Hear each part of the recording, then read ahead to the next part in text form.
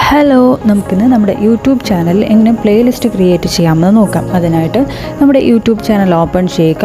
Open ചെയ്ത് നമ്മുടെ account open ചെയ്യുക. ഓപ്പൺ ആക്കുന്ന പേജിലായിട്ട് അതിൻ്റെ താഴെ നമ്മൾ സ്ക്രോൾ ചെയ്യുമ്പോഴേക്കും യുവർ വീഡിയോസ് എന്നുള്ളൊരു ഓപ്ഷൻ കാണും.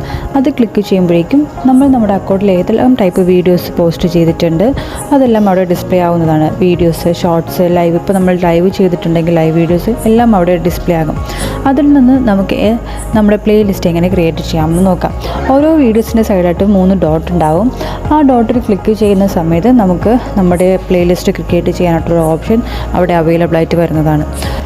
അപ്പോൾ നമുക്ക് ആ 3 ഡോട്ട്സ് ക്ലിക്ക് ചെയ്യുമ്പോഴേക്കും അവിടെ ഇങ്ങനത്തെ കുറച്ച് ഓപ്ഷൻസ് അവിടെ കാണിക്കുന്നതാണ്. അത് നമുക്ക് സേവ് ടു പ്ലേലിസ്റ്റുള്ള ഓപ്ഷൻ ക്ലിക്ക് ചെയ്യുക. ക്ലിക്ക് ചെയ്യുമ്പോഴേക്കും നമ്മൾ ഓൾറെഡി പ്ലേലിസ്റ്റ് ക്രിയേറ്റ് ചെയ്തിട്ടുണ്ടെങ്കിൽ അതിൻ്റെ ലിസ്റ്റ് അവിടെ ഡിസ്പ്ലേ ആക്കും. അതല്ല നമുക്ക് പുതുതായിട്ടൊരു പ്ലേലിസ്റ്റാണ് ക്രിയേറ്റ് ചെയ്യേണ്ടതെങ്കിൽ നമുക്കവിടെ ക്രിയേറ്റ് ചെയ്യാവുന്നതാണ്. ഇപ്പോൾ നിങ്ങളുടെ ടൈറ്റിൽ ഏതാണ്, നിങ്ങൾക്ക് ഏത് ടൈപ്പ് പ്ലേലിസ്റ്റാണ് ക്രിയേറ്റ് ചെയ്യുന്നത് അതിന് സൂട്ടാവുന്ന തരത്തിലുള്ള ടൈറ്റിൽ നിങ്ങളവിടെ ക്രിയേറ്റ് ചെയ്യുക.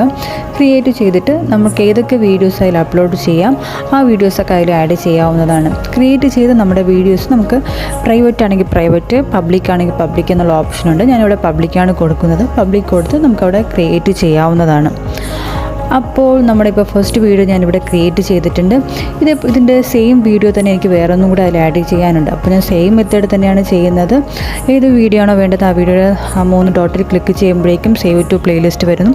അതിൽ എനിക്ക് ഏത് ടൈപ്പ് ഓഫ് പ്ലേലിസ്റ്റാണ് വേണ്ടത് അതിൽ ഞാൻ അവിടെ സേവ് ചെയ്യുന്നുണ്ട്. സേവ് ചെയ്ത് കഴിഞ്ഞതിന് ശേഷം നമുക്കവിടെ സെർച്ച് ചെയ്ത് നോക്കാം നമ്മുടെ പ്ലേലിസ്റ്റിൽ അത് വന്നിട്ടുണ്ടോ എന്ന്. അപ്പോൾ നമ്മുടെ ചാനൽ പ്ലേലിസ്റ്റ് എടുക്കുക. പ്ലേലിസ്റ്റ് എടുക്കുമ്പോഴേക്കും ഞാൻ ഏത് ടൈപ്പ് പ്ലേലിസ്റ്റ് ടൈറ്റിലാണ് കൊടുത്തിരിക്കുന്നത് അതിന് 2 വീഡിയോസ് ആഡ് ചെയ്തിട്ടുണ്ട്. ആ 2 വീഡിയോസും അവിടെ നമുക്ക് ഡിസ്പ്ലേ ആയി കാണാവുന്നതാണ്. വളരെ എളുപ്പമാണ് നമുക്ക് പ്ലേലിസ്റ്റ് ക്രിയേറ്റ് ചെയ്യാനായിട്ടാണ്.